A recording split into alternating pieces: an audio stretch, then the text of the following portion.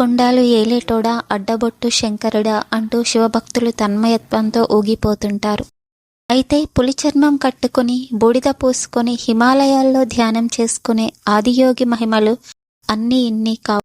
శివుడి ఆజ్ఞ లేనిదే చీమైనా చిటుక్కుమనదు. పాహి అని పిలవంగానే ప్రత్యక్షమై వరాలు కురిపించే శివుడికి బోలాశంకరుడు అనే పేరు కూడా ఉంది.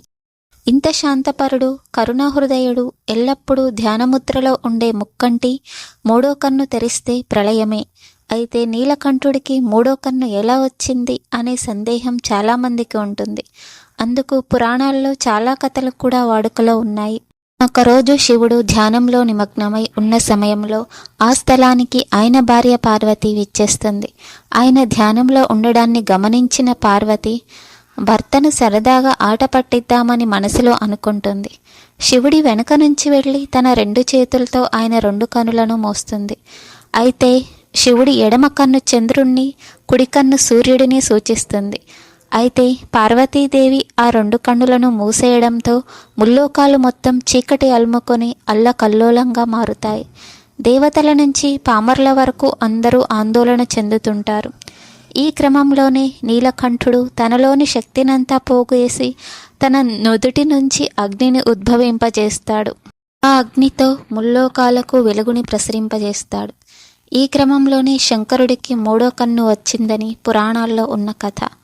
అయితే ఈ అగ్నివేడికి పార్వతీదేవి చేతులకు చెమటలు పట్టగా ఆ చెమట చుక్కల నుంచి అంధకుడు ప్రాణం పోసుకున్నట్లు పురాణాలు చెబుతుంటాయి. ఇదిలా ఉంటే మరిన్ని కథలు కూడా వాడుకలో ఉన్నాయి.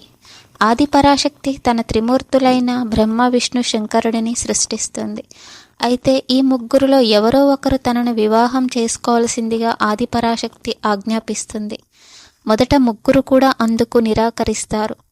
దీంతో తీవ్ర ఆగ్రహానికి గురైన ఆదిపరాశక్తి తన మూడో కన్ను తెరిచి ముగ్గురిని భస్మం చేస్తానంటూ శపించగా పరమేశ్వరుడు ఈ సమస్యకు పరిష్కారం చూపిస్తాడు.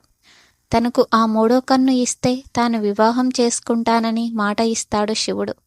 అన్నట్లుగానే ఆదిపరాశక్తి శివుడికి మూడో కన్ను ప్రసాదిస్తుంది. మూడో కన్ను పొందిన శివుడు దాన్ని తెరిచి ఆదిపరాశక్తిని భస్మం చేస్తాడు. అలా భస్మమైన బూడిదని ఒక భాగాన్ని పార్వతిగాను, మరో భాగాన్ని లక్ష్మిగా, ఇంకో భాగాన్ని సరస్వతిగా సృష్టించారని పురాణాలు చెబుతాయి.